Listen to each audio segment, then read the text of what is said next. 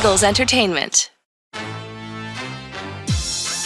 the 15th pick in the NFL Draft, the Philadelphia Eagles select. You're listening to the Journey to the Draft podcast. Welcome to the Journey to the Draft podcast, presented by Life Brand. I'm your host, Fran Duffy, and we've got day 2 of Senior Bowl practice to break down. But first, we're going to start things off with Mr. Relevant, where Brandon Thorn makes his return to the show. You can check out Brandon's work over at Trench Warfare, his Substack. It is outstanding. And one of the things that he did, look, he covers all things offensive line, NFL and college. He put out his list of the top Senior Bowl offensive linemen. He ranked all the guys that were set to come here to Mobile, Alabama. So he provided that list beforehand. So now I'm going to get a little bit of an update. He's obviously watched the first 2 practices, but he went through the film from day 1. So I want to kind of get his thoughts. I caught up with him before the second practice to get his thoughts after watching day 1 live and going back through the film. So we're going to talk through the guys that stood out to Brandon Thorn right at the top of the show here in Mr. Relevant. After that, we've got Pick 6 with Dane Brugler, where we're going to get into the 6 big players that stood out to Dane from Wednesday's practice.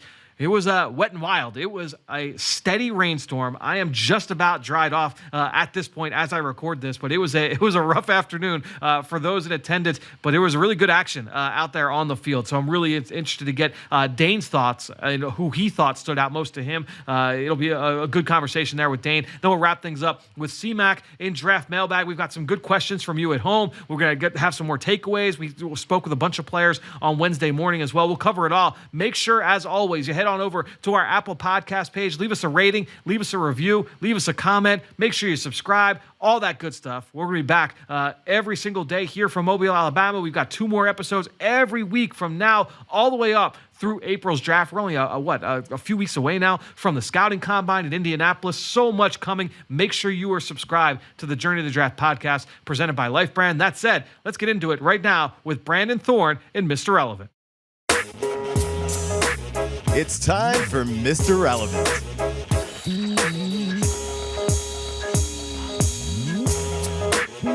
All right, excited to welcome back to the show here for Mr. Relevant for the second time in a couple of weeks. Brandon Thorn, everybody's favorite offensive line guru. Brandon, thanks so much for joining us here on the show once again. Absolutely, man. Thanks for having me.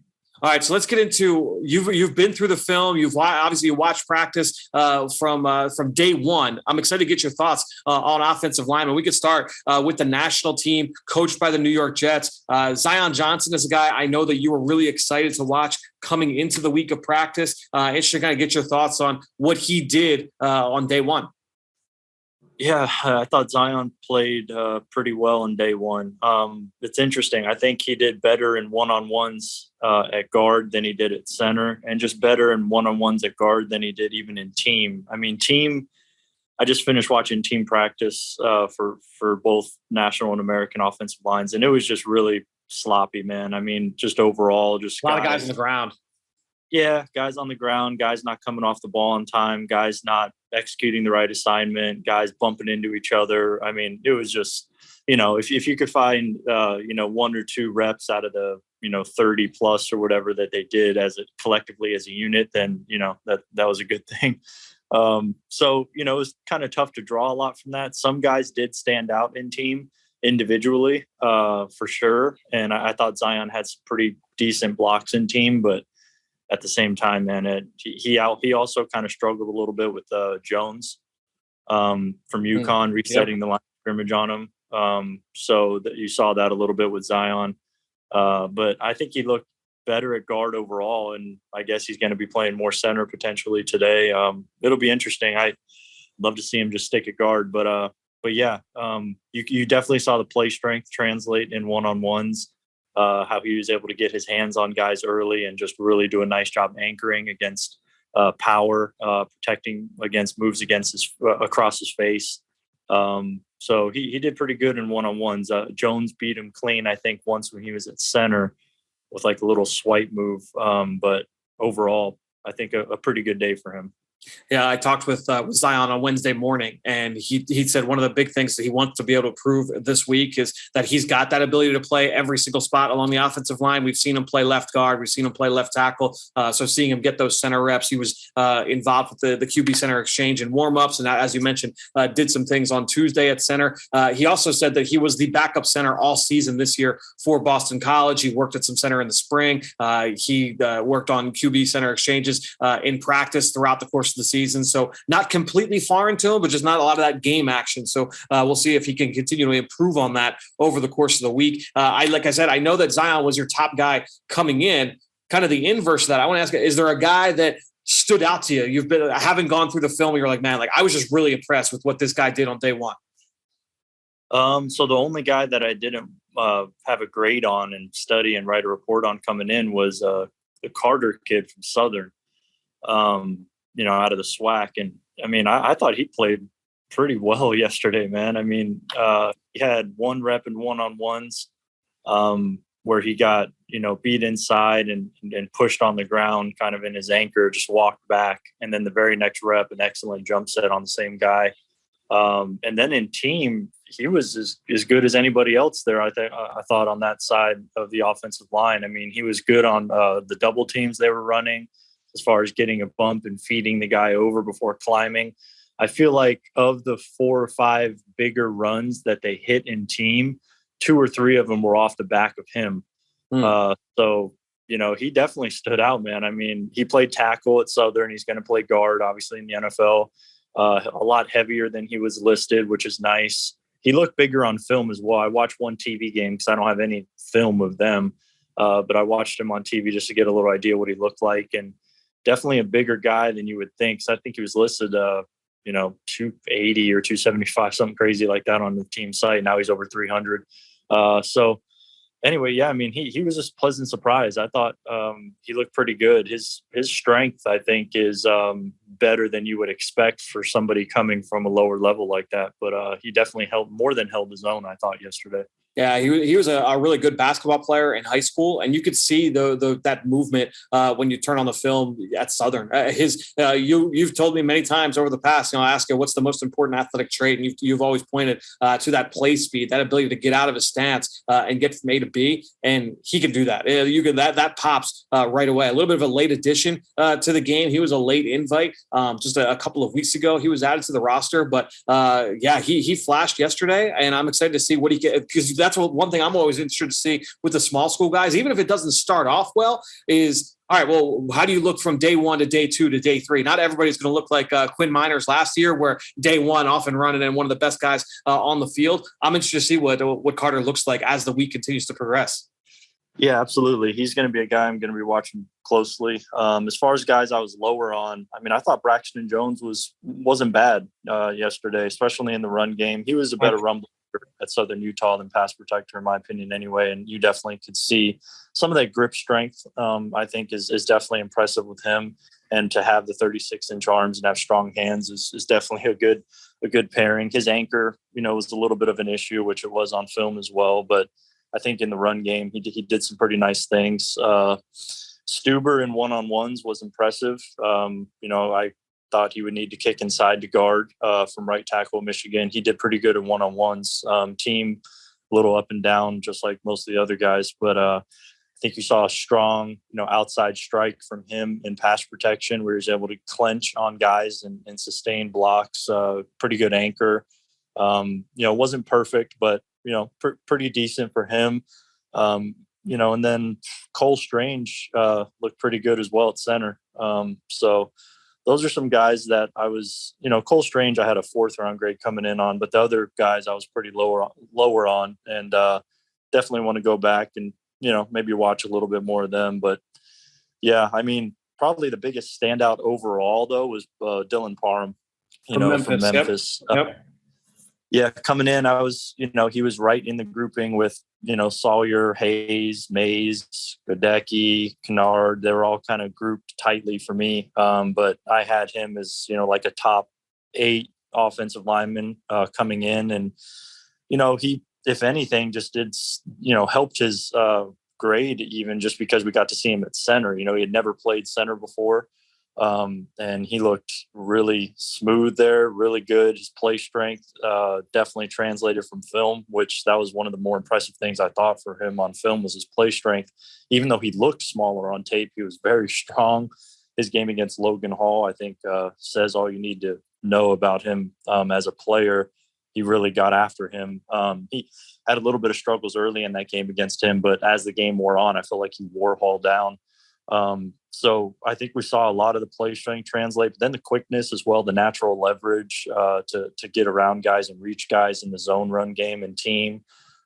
Pretty good in one-on-ones. I think Parham, to me, overall, has probably been the most impressive guy on either side. Interesting. My last question for you is this. A couple of the larger offensive linemen in attendance. So obviously Daniel Faalele from Minnesota. You can go Trevor Penning from Northern Iowa. And we'll throw DK Kennard in there from Kentucky. Of those three guys, who stood out most to you in a positive way from day one? Probably Kennard. I think Kennard was better than those two, just from what I saw.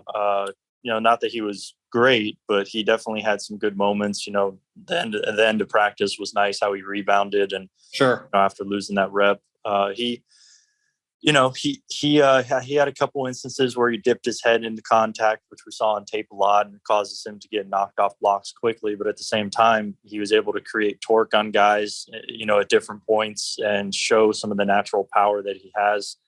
So, I think it was a overall pretty solid day for him. I thought the other two guys struggled, especially Penning. He really struggled, man. I think his hand placement is a pretty big issue. It was something I put in the report. I thought he was oftentimes wide, late, high with his hands, and I think that really got him into trouble. We had some really ugly reps in one-on-ones and in team where he just got beat inside.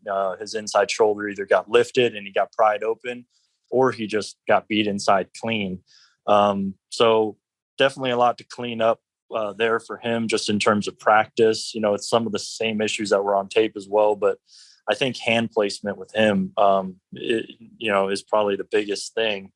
I thought he struggled, man. And then Faalele, one-on-ones, he got ran over by Majai Sanders, which is not the guy you want to get run over by. But it was, Sanders actually hit an inside spin on him, and Faalele just couldn't transition into his anchor in time. You could just see maybe a little sluggishness there, and he just got tripped up and fell. And then he lost the rep before, just clean around the corner. Just Sanders blew by him. Team wasn't bad for Faalele, I don't think, but one-on-ones was a struggle for him. So. Look, I'm really interested to see how they rebound. First day of practice, you take it with a grain of salt, especially for guys, like us, we're going in knowing what they are as players on tape. So, we're not going to be moved too much with what we see in practice. It's just, you take it with a grain of salt and hope to see improvement today. That's the big thing, is just seeing how guys improve is one of the biggest parts of this week of practice. And we were recording this about 2 hours before practice 2 kicks off. And we'll see. We'll have the rest of our breakdown from day 2 with Dane and with CMAC here in the rest of the show. All right, man. Yeah. Thanks for having me, and looking forward to doing it again. Now it's time for Pick 6. All right, well, let's spin this forward to Wednesday's action from Mobile, Alabama, as I welcome in Dane Brugler for Pick 6. And Dane, it was a wet one out there today, as I referred to earlier. Definitely unique practice conditions on both sides of the football. I'm interested to get your thoughts on who the number one player was that stood out to you from Wednesday. Yeah, and the theme yesterday on Tuesday's practice was defense, specifically the defensive line. And spoiler, it was a lot more of the same Wednesday. And I think we have to start with talking about Perion Winfrey, Oklahoma defensive tackle. Yep. 35.5-inch arms, almost 86-inch wingspan. He flashed consistently on Wednesday throughout the practice. Quick first step. You see the flexibility for a big man like that with the rip, the spin move, power. And he can win it different ways. And I thought the way he showed in the run game, and then when he's rushing the passer, he did it in team drills, did it one-on-ones. And you could see this on tape. You see these flashes where he's creating movement, where he's driving blockers. But this week, he's just been more consistent, specifically today's practice. And I think it's still fair to question the consistency.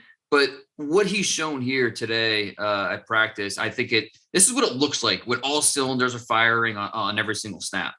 So to me, what stood out about Perry and Winfrey today, it was gross outside. It was miserable out there for 4 hours. And those guys are out there for 2 of them. And it was one of those, like, you have to get excited to want to be out there, especially early on. Those Jets practices, it's a lot of like indie special teams walk through very early on. He was setting the temperature for that defense and for that unit. He like sparked that process or that practice to life in terms of the energy that he brought, the intensity that he brought, not only kind of firing up the defensive line, but he's turning around and getting other members of the defense fired up. He's jawing with the offensive line. Now those guys are jawing back, and just the intensity level was raised up, not one notch, like 2 or 3 notches. Anytime he was out there, he comes to the sideline, he's chirping with not just with the opponent, but kind of coaching up some of his teammates. I don't know. Like me personally, like I came away thinking like Perry and Winfrey was one of those temperature setters, one of those tempo setters for a defense. I think that's going to catch a lot of people with the way that he kind of carried himself at this practice. Yeah, I think he spent more time with his feet off the ground. He's constantly jumping up and down, and right. Whether it's a chest bump or whether he's jumping on his teammates. I mean, it was fun to watch, especially like you said, in those conditions where it's easy to kind of be uncomfortable and kind of play it down a little bit. He was raising it up, so that was awesome. And also not like from a Tommy Tryhard standpoint too. Like this, right. You talked about like the size. This guy is explosive, powerful. This shows up on film too. Like he is so violent and so physically imposing. Like he's like that kind of a guy. To have that kind of presence, I think is important for a defense. So Perry and Winfrey, totally agree with you with what he showed today. Who's your next guy? I'm going to go to Kingsley Enagbare, who looked good on day one, and I think that continued on day 2 of practice. Consistently quick off the ball, attacking with power. Really like how he keeps his balance through contact. And Fran, I saw you tweet a few clips yesterday when we saw him string some moves together, and we saw more of that today. He does a great job catching and throwing away the wrists of blockers and then transitioning at the top of his rush. Yesterday we talked about how Deuce Staley pit Jermaine Johnson, Darian Kennard one-on-one with the rest of the team watching. Today, it was Enagbare versus San Diego State tight end Daniel Bellinger, and a little bit of a mismatch there. South Carolina rusher, he's so quick off the ball. Bellinger had no shot of anchoring, of matching the power that Enagbare was bringing, and so it consistently put Bellinger in reverse and on the ground. So I thought day 1, Enagbare helped himself. Same thing on day 2. His power is evident.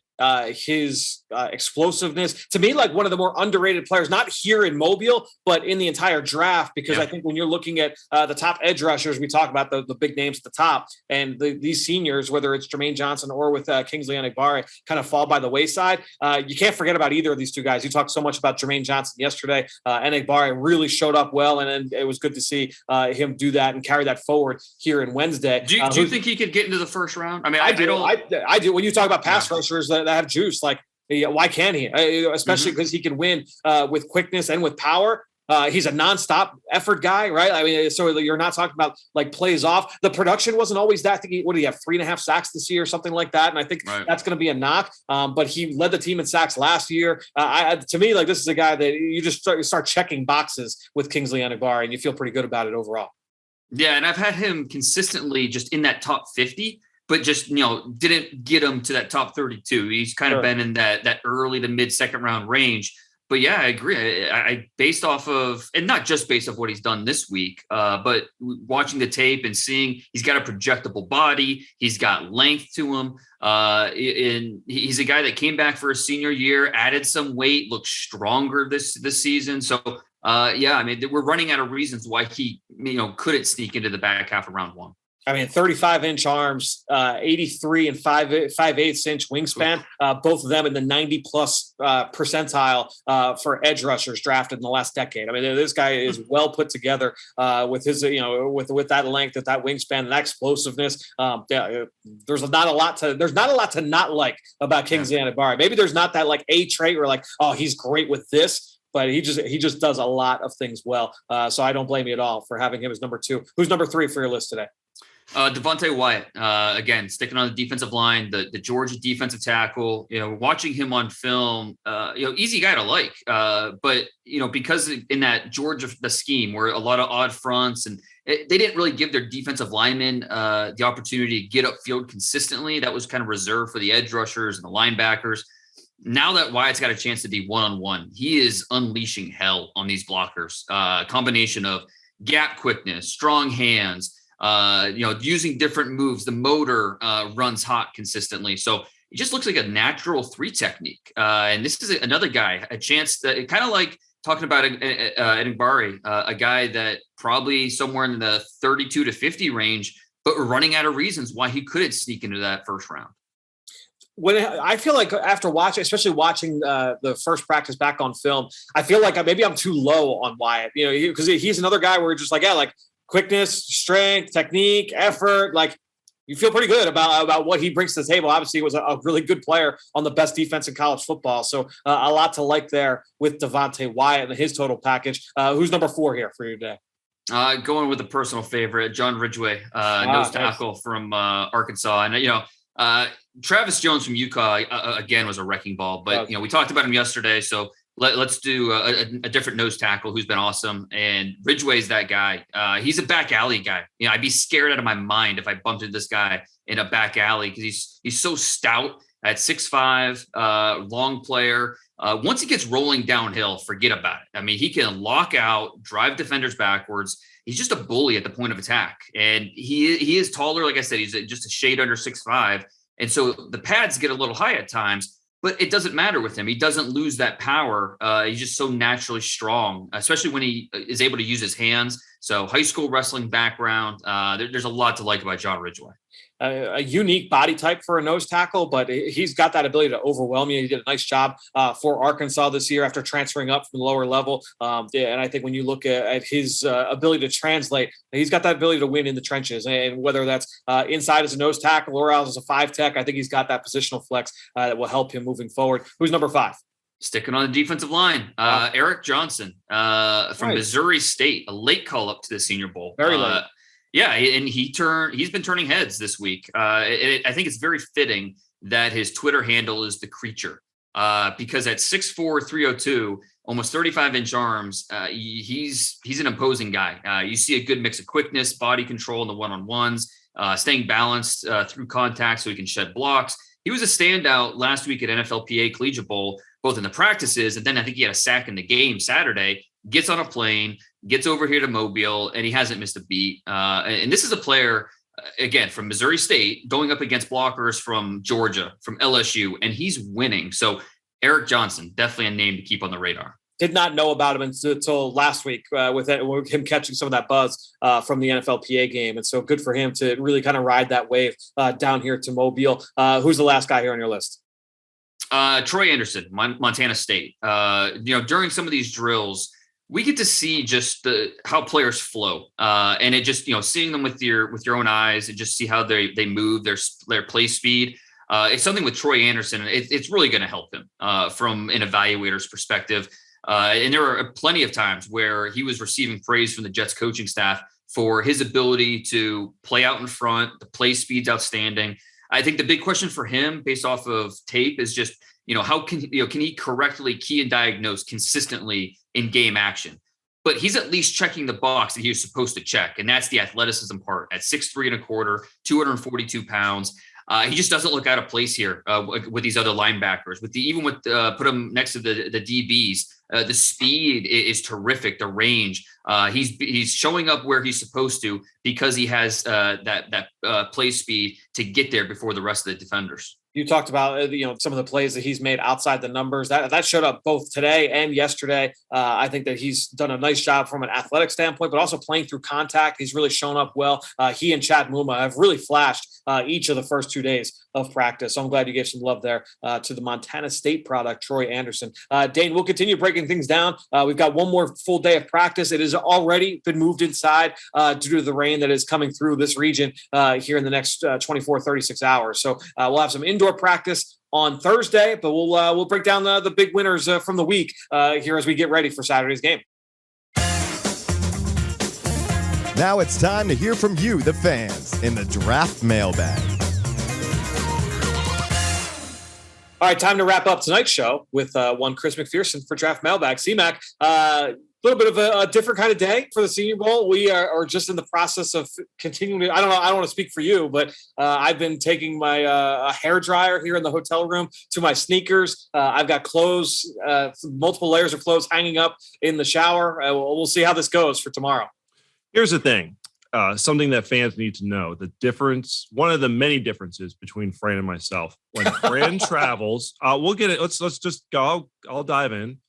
When Fran travels, he takes a Temple duffel bag and nothing else and packs a week, 2 weeks. It doesn't matter how long the trip is.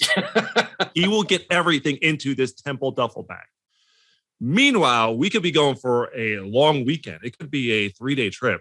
I have a suitcase. I mean, like when we go Shrine Bowl and it's like Monday to Wednesday, you're packing this your monstrosity of a suitcase, and it's one of those ones. If you filled it all the way, it wouldn't even pass the 50-pound limit for the. I was going to say we have been at the airport times where you have had to take things out of your bag because it is too heavy for a 3-day trip. Fair point. It's true. That's me. But today was the advantage because I pretty much prepare for every scenario. Okay. I way overpack. That's perfectly fine. But you know what? I'm not worried about clothes the rest of the week. So I have been drying things off since we walked back into our hotel room about an hour ago. And we'll see how this goes. I've got dry clothes on now, and I'll be good for this podcast and for dinner, but we'll see what tomorrow brings. That said, let's get into some of the things that stood out to us and answer some questions from some listeners at home as well. Let's do it. We'll start things off with our one play takeaway. What one play stood out most to you from the afternoon's action? One that stood out for me, seeing the Penn State edge rusher, Jesse Lukita. Yes. Seeing him put 6'8", 380-pound Daniel Faalele on skates and knocking him to the ground during a team period. That was one that where you saw it vividly happen live, and you were just like, wow, like to see that happen. And it's funny because actually on the same play, Colorado State tight end Trey McBride actually made a nice contested catch. I did not see, failed to see who made the throw on that play because my eyes were drawn to seeing Lukita get Faalele to the ground. And then I saw the ball in the air and Trey McBride makes a nice, catch in traffic to complete it off. So I'll just go with the beginning and the end to there. Apologies because I didn't see which quarterback threw it, but that was from the national team practice first thing in the morning. And people might be listening saying like, well, how is anybody doing that to Daniel Faalele with him being so big? And I would say, I'm going to bring you back to training camp from a couple of years ago. Who was the one player that was always a thorn in the side of Jordan Mailata as he was still developing and figure things out? The smallest defensive lineman on the opposite side in Joe Osman, right? And so to me, I think when you look at it from a size standpoint, if your technique is not right as an offensive lineman, and the same goes for defensive linemen going up against offensive linemen as well. If you get caught with a tight base, if your hands aren't where they need to be, if the timing is not there with your hands, right? If you let defenders into your chest, and especially if you get caught with that tight base, we saw that a number of times with Faalele on Tuesday. We saw it a couple times here Wednesday. It just means that you're continuing to see him grow and develop. Again, a guy that has only been playing football for 3 seasons coming into this year. So a guy still, you're banking on the come there with Daniel Faalele. No question. It's actually interesting because I've joked after Jordan Mailata, having his breakout season this year, I was waiting for another team to sign Joe Osman just to be like the Jordan Mailata, pain in the butt type of player there. But you actually, we had the media day today. It was a media breakfast, chance to get to talk to all the players. You had a very good conversation about this very topic with the Virginia Tech lineman. Yes, with Lasita Smith. I was going to get to that in a little bit. To me, like spoiler. Okay. Yeah, well, no, we can get to that. I was going to ask you your favorite anecdotes from the media availability this morning. With the Senior Bowl put on a breakfast for media where they could basically have a a chance to have some FaceTime with the players, ask questions. There were press conferences, and you could pull players off to the side for some one-on-ones as well. So we caught up with a bunch of players. I caught up with probably 12, 13 guys. I got to look at the final list. I really enjoyed my conversation with Lacita Smith, the left guard from Virginia Tech, who played next to Christian Darrisaw last year. Remember, he was a first-round pick of the Minnesota Vikings. And I remember actually watching Darrisaw last year, and Lacita Smith stood out. I'll kind of jot the name down and kept an eye. Oh, is this guy going to come out? We'll see.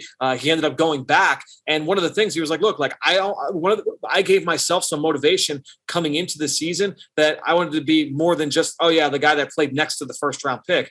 He said there were things that I really wanted to improve on. He's a converted tight end, C-Mac, who made the move to offensive line in college. And he's a really athletic guy. You can see that he gets out of his stance really fast. He's just a really natural athlete. But I asked him, I said, what were some of the big things you wanted to improve from your junior to your senior year?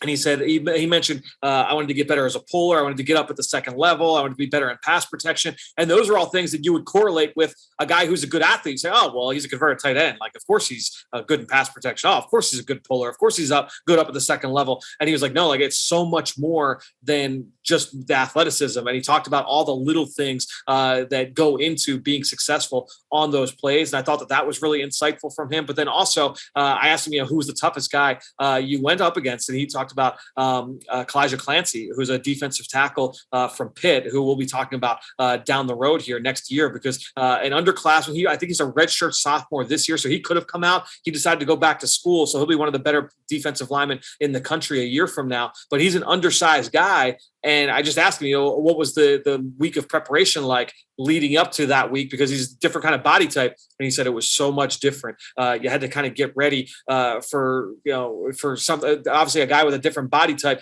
I don't want to get on it too fast because I've got that ability to quick set. You don't want to get on it too fast because he's got quickness too, but you also don't want to retreat too often because you don't want to give him a runway. So I was always trying to mix up my sets, make sure that I was kind of attacking him at a different angle from different ways throughout the course of the game. And it was just kind of some insight into his thought process. And I can tell you from going down to O-line masterminds, the times that I have and talking with offensive linemen, you need that kind of mindset going into a matchup on a weekly basis, not just at that position, at every position across the board. But I really enjoyed my conversation with Virginia Tech's Lacita Smith. I could tell very much so. I would say my favorite two anecdotes that stood out. One, I'll highlight this one because I thought Malik Willis had a strong day in the afternoon, especially considering the rain and the elements. But he was asked, it's a typical question. Why do you stand out? What makes you different than the other quarterbacks in this class? And I thought he was very personable, very engaging with the media. It's something you want to see, obviously, from a quarterback who's going to be the face of your franchise, leader of your team. But he was very point blank. It was like, well, for starters, my name, and then he, went into just how, he's confident in his abilities, but every quarterback who's here should be confident in their abilities. We're all the best of the best. We're trying to compete and get better. It's just one of those common cliche questions that all guys get asked at these types of events. I thought he handled it well. So I'll give Malik Wells the points there. Two, I enjoyed my conversation with Kobe Bryant. Talked a lot about his growth, his development from last year. One of the things he said, playing opposite of Ahmad Sauce Gardner, knowing that he was going to get the attention of opposing quarterbacks and offenses every week. And he kind of just relished the challenge and thought it made him such a better player because he knew the ball was coming his way each and every game. And the one thing he said was that when he won the Thorpe Award for being the nation's top defensive back, Sauce Gardner was probably happier than he was, to see him win it. But the last question I asked him was about the Mamba mentality, because he was named after Kobe Bryant. And he said that's just something that he's carried with him through life, and it's allowed him to become a better player. It's aided in his development. It's allowed him to stay focused and on the right track. And that's why I know you've documented his growth, where last year he was projected to play in the Shrine Bowl, and now he's here as one of the top defensive backs at the Senior Bowl. Yeah, I mean, a guy that really, really helped himself with how he played, how he performed this year in his final season. One other guy that I thought really had a strong senior year, and it occurred to me that I did not answer my own question about the one play that stood out most to me from this afternoon. We talked earlier about Perry and Winfrey, and Dane talked about what he saw on the field. I talked about his tone-setting mentality and how he really set the temperature and set that intensity level for that entire defense, really for that entire practice. There was a play, and this was well into the practice. So at this point, he had already been like that guy. We were talking about it in the stands, like, man, like Winfrey is just all over the place in this game. It felt like anytime there was a big play, it was that Oklahoma helmet in the backfield. So we're saying, oh, here comes Winfrey. He's coming back out. It was a team drill. He knifes into the backfield. I believe it was a quick swing move, wraps up the running back, punches the ball out, gets the ball on the ground, and then picks it up. So it was just like, man, and everybody's going nuts, and he's going bananas. Like, so to me, like, okay, like the spotlight's on, he's already been performing at such a high level, and then he comes out and he makes this huge play. And so it's like, yeah, like Perry and Winfrey, to me, like kind of stole the show today. I'm going to follow up on that. You on previous seasons of this podcast, Ben used to have the Get Off the Bus award winner. Yes.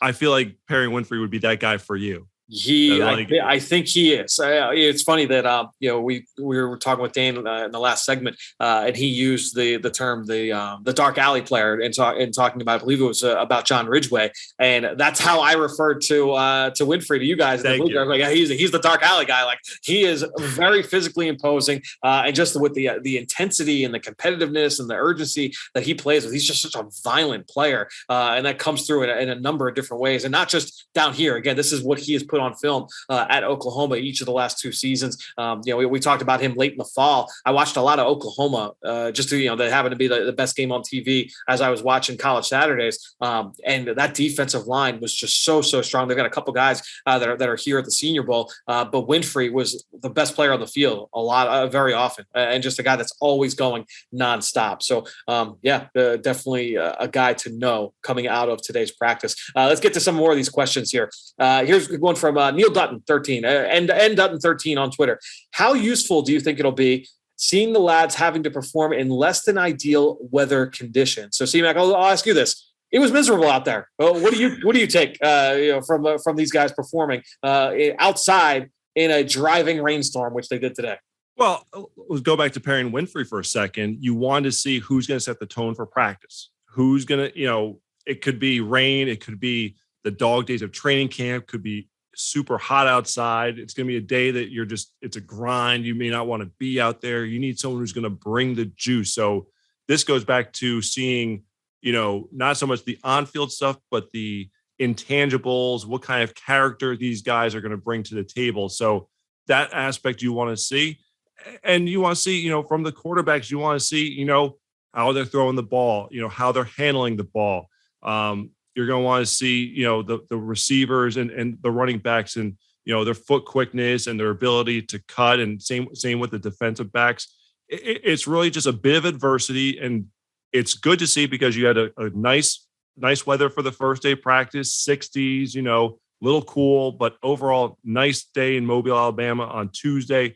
Wednesday, guys are starting to get settled in. Well, you got to give them a little bit of adversity and see how they react to it. I think that's what's great about the draft process is you're putting obstacles in their way, this one from Mother Nature, and just seeing how they react to it. So I think certainly the quarterbacks are the ones who are probably going to be the most challenged in terms of, how they handle the ball, how they throw in the weather.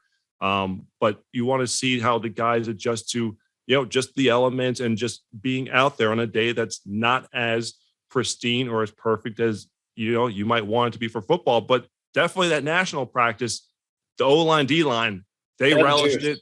Yep. They were getting after it. They enjoyed it. And I think that's what made it worthwhile to watch, because you were excited. You could feel that in the stands, those of us who were standing there in the driving rain, you could feel the energy coming from the field because of how much the guys enjoyed it. Yeah, I tweeted that out. They made it fun. Those guys made being out there in that storm fun, which was good to see. Especially that national team. And again, it wasn't just the defense. I felt like the offense kind of answered the bell. I feel like the defense kind of started it, But the offense, they were bouncing right back. And so it was just good to have that level of energy from that practice. Give a credit to the Jets coaching staff for kind of creating that environment for those guys. So yeah, I agree. It's all about just trying to see how these guys respond in those adverse conditions. I think that's the big thing that you can kind of take away. Let's get to a question here. This one comes from a Pitt Panthers fan. Richards Phillip asked the question, break down Kenny Pickett as much as you can. Obviously, Kenny Pickett's going to be a big topic of conversation down here. Potential first-round pick at the quarterback position, the hand size. I made the joke today. Really, no one's really talking about the hand size of Kenny Pickett. I just, you know how I feel about the measurables. Our longtime listeners know how I feel about the measurables. Those things aren't a problem until they're a problem. And when you watch Kenny Pickett on film, they're not a problem. This guy, he's got solid tools across the board. He doesn't have a cannon. He doesn't have an arm like a Josh Allen, Patrick Mahomes. That's not Kenny Pickett's game. That said, he doesn't have a bad arm either. We talked about that on the show yesterday. He could drive the football a little bit. I think he's got solid arm strength. His athleticism is pretty good. We saw him make some big plays as a runner. He can create. He's got that ability to make people miss. I love his accuracy on the run. So this is a guy that can create a little bit for you. Overall, the thing that stands out, especially watching him this season, C-Mac, he plays with a ton of confidence. He plays with a lot of poise and composure, whether he's under pressure or not. He never looks rattled. And so that's one of the things that I've really liked about studying Kenny Pickett. He's got repetitive accuracy, both from the pocket and on the move. He puts the ball where he wants to. He shows touch on downfield throws. He can make some throws from off platform, which is important. You need to be able to do that, I think, as a young quarterback in the NFL. He lets guys go make the play. And so you saw that, whether it was targeting his tight end, Lucas Kroll, whether he was targeting some of his young receivers. I mean, his number one receiver won the Blitnikoff Award this year. A big part of that is Kenny Pickett and the confidence he showed in him to be able to go and make a play. He threw a lot of interceptions early in his career, C-Mac. If you go, that touchdown interception ratio coming into the season was not a kind number, but I've gone back and watched all of those interceptions. Just want to get a sense of like, all right, well, was there a theme there? And to me, I mean, you saw a bunch of guys, receivers falling down, drop passes that kind of bounce off, and that doesn't change the fact that they were interceptions, right? But I think you could provide a little context to those numbers. This year, the supporting staff or supporting cast around him really came through and made some plays. I talked about some of those guys. Obviously, Addison, who's the receiver who won the Blitnikoff Award. Kroll, he was at the Shrine Bowl last week, one of the top tight ends in college football. Those guys came through for him this year, and so you saw those interception numbers kind of go down. And really, I think the comfort and confidence level really kind of went through the roof with Kenny Pickett this year. But he's going to be a really interesting player when it comes down to how this quarterback class really kind of shapes out. I don't like the fact that he was downplaying his Eagles fandom today. That will be my knock on him, is that he's a known Eagles fan, but when he was meeting the media today, Philly reporters were, of course, asking about it, and he, tried to kind of, take a step back, that it's about, I want to be drafted by an NFL team, that fandom kind of goes a little out the window. But the little bit I've seen here, you mentioned the size, good enough arm, the mobility, all the stuff that you need to win in today's NFL, he seems to bring to the table. No doubt. Well, let's get to the next question here from longtime listener Wilton Houston. Which prospects that are playing new positions have excelled the most? And C-Mac, I've got one on each side of the football. I'll let you think about which one you wanted to bring up as well. For me, I'm going to go offensive line. Cole Strange, working with the first team for the national squad along at the center spot. And he's played some tackle. He's played some guard. He's trying his hand at center. It was funny, during that practice today, we talked about how those guys were going back and forth up front. And there was one rep, they were doing one-on-ones. And I didn't see exactly what happened to lead up to this point. I had my eyes elsewhere, but he was fired up and was saying like, hey, like brought the defensive lineman back to the carpet. I believe it was Travis Jones, if I remember, if my memory serves. And it was like, no, we're going again. Jones ends up beating him. So of course the D-line ends up, getting in Strange's face after. But I think that he's fared pretty well. And this is a well put together kid. I've compared him in the past to like a Wyatt Teller when Wyatt Teller was coming out of Virginia Tech. I think he's got a very similar skill set.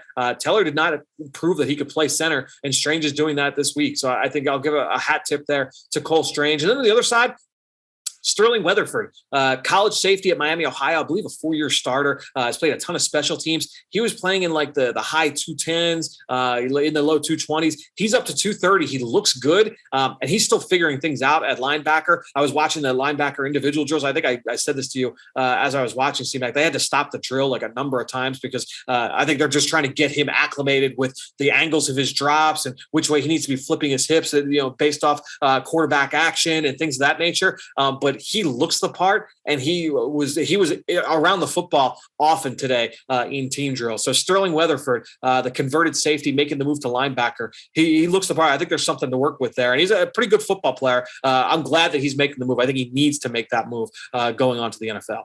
Interesting. One of the notes I had from today, speaking of Weatherford, was during the pass protection drills where linebackers are going against the running backs and tight ends.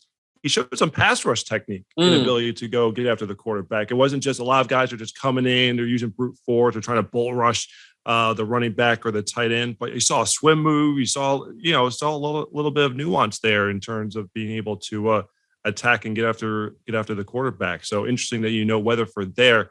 I'll go with someone who I talked about on the podcast. I know Dane talked about him on the podcast, and a little anecdote from the end of practice today. Zion Johnson from Boston College. We're seeing him work in the interior a little bit at center here at the Senior Bowl. Obviously has guard tackle experience, but one of the things at the end of practice that caught my eye was Zion Johnson was one of the last players to leave the field because he wanted extra reps snapping the ball. He was working with Kenny Pickett under center, snapping the ball, just trying to get more and more acclimated, trying to get more and more comfortable with it, because maybe center's not going to be his main position at the next level because he looks so strong at guard. But if you want to have that versatility, you want to be able to do many different things, you want to be that much more appealing to teams, help your draft stock. And it's great from an open-mindedness standpoint that Zion Johnson's willing to take on the challenge and take those extra reps at center this week.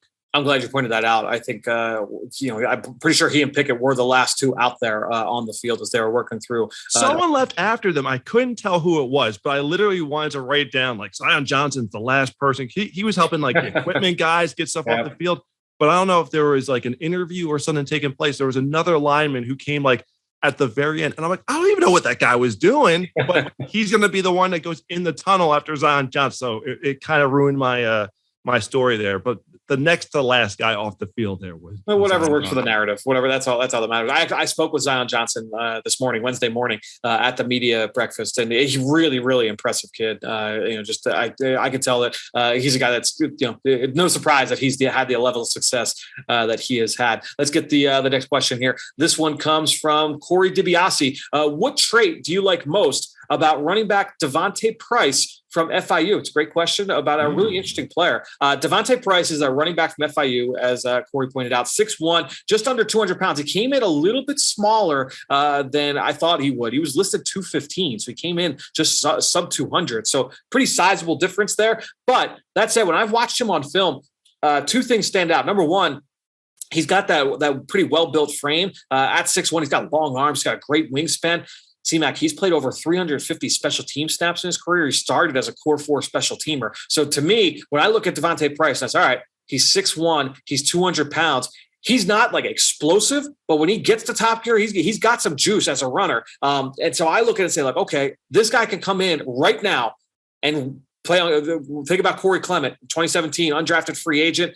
What's the first thing he does? He's on kickoff, right? And he makes the first tackle of the 2017 season. That's correct. Champion, right? So Devontae Price, I say, okay, day one, this guy comes in. He's a third or fourth running back. He can work in short yardage, and he can play as a core 4 special teams player right now. So that's to me, that's the number. That's probably the most alluring thing about Devontae Price is that I think he's got staying power early in his career. Watching him on film, he kind of reminds me of like a Levante or Latavius Murray, who's had some success. He's bounced around the league a little bit. Alexander Madison, who was a 3rd-round pick, and he's with the Minnesota Vikings. Kind of a tall, high-cut runner. He's got some juice to him. He's got some physicality to him. Not an A-plus trait, but again, you're talking about how does he kind of fit? I think he could be, when you're talking about his ceiling, he could be a backup running back, and you feel really good about him sticking as a reserve running back and core special teamer. The fact that he has done that at a high level and he's got those traits, I really like what he brings to the table from that standpoint.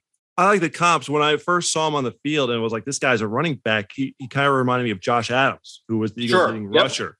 Adams, a little more bulk, a little heavier, but probably was closer to what I guess Price was before he came down to the Senior Bowl. But there was a 2-play stretch from Tuesday's practices. And I'm glad this question came up because after we record the podcast, there's always that one guy you want to name, that one play you wanted to bring up, but you didn't. And Price was actually that guy for me because on a 2-play stretch, he had a great block and pass protection, just absolutely stopped the guy cold, and then got the ball in the next play and darting. You talk about that long speed, broke a big run right up the middle of the field, and that kind of caught my eye there. So glad we got the question here about Price, but great comps and great breakdown by you as always. Yeah, thank you. Let's get to our last question from a listener, Lewis Kimmelman. This is a good one. Do coaches get to spend any time with the players on the opposing team, or are they limited to only their own team? So, Lewis, it's a good question. To answer, yes, the coaches get to spend time. They're focused in on coaching the guys on their own team. That said, the scouts from their team are able to talk with whoever they want, right? So, because honestly, like coaches, from around the NFL, if they're coming into the Senior Bowl, they have limited access with these players as well. So it's not like the Jets have no access to the Lions players, and that's going to put them at a disadvantage. They're going to be focused in on the guys on their roster, their scouting staff, their personnel staff. They're going to talk with all the other players that are at the game, and they'll go through all the same typical meetings that they would be put through the paces otherwise. Great point. It's something I want to add to it. And this is something that Jim Nagy and the Senior Bowl guys do a great job of. They have some HBCU coaches who are working during the week with the teams. Yep. And one of their roles is at the end of this, since they get to be embedded with the team and they see the players, they see how they are in the meeting room and, behind the scenes where the scouts may not get to see or that we can't see on the field, they get to chart and take all these notes. The teams will later on reach out to these coaches to say, hey, what was Kenny Pickett like during a week? What was he like in meetings? What was he like around the other guys?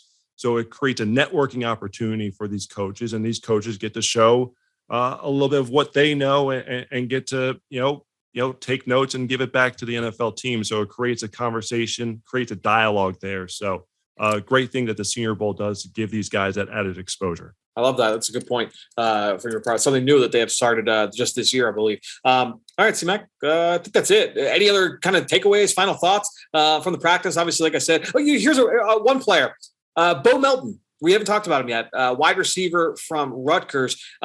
He's another guy where I think you're talking about, okay, well, what is the role for him at the next level? He's probably more of like a third, fourth, fifth receiver as opposed to a number one, number two guy. But what I like about Bo Melton and where he has shined really the first 2 days, people are really struggling to get a handle on this guy early in the down. He's beating press coverage really, really well, whether it's in one-on-ones or in team. He's just really slippery. And so I think that's one thing. Just want to kind of throw it just kind of a random note. I don't know if you got any final thoughts, anything else from the notebook to throw out there before. I'm just trying to scroll through. I didn't get to hear what the guys you and Dane highlighted, so I don't want to kind of repeat those guys. Sure. Trevor Penning is someone who I think he's relishing being the bad guy. If we're talking about wrestling, he would like to be the heel. He's a heel. Yep. I think he's enjoying that the defensive linemen, want to get cracks at him at practice. And Penning during his media availability this morning talked about being, the nastiest, toughest guy on the field. And he wants to carry that attitude throughout. So that's one thing that stood out to me. We're talking about receivers. Christian Watson from North Dakota State threw some pass interference penalties today. High point a couple balls. Just looked very fluid in his route running. I thought Velus Jones from Tennessee made some plays today too. Velus Jones had a deep ball during the one-on-one drills earlier today during the afternoon practice. Velus Jones, another guy I wrote down. Calvin Austin III out of Memphis. Catches everything. Obviously, smaller guy, 5'7", I think he came in at, but he's got a little juice, has a shake to get some separation. So it's another guy who drew some eyeballs today. So, some love for the receivers there to end the pod. Yeah, as we talked about yesterday, I didn't watch too many of the receivers today. I was more focused on the combo players and the trench guys. Damian Pierce, another player, the Florida running back. Dame highlighted him yesterday. That's your guy. Damian Pierce, pass pro and running the football. He looked good today.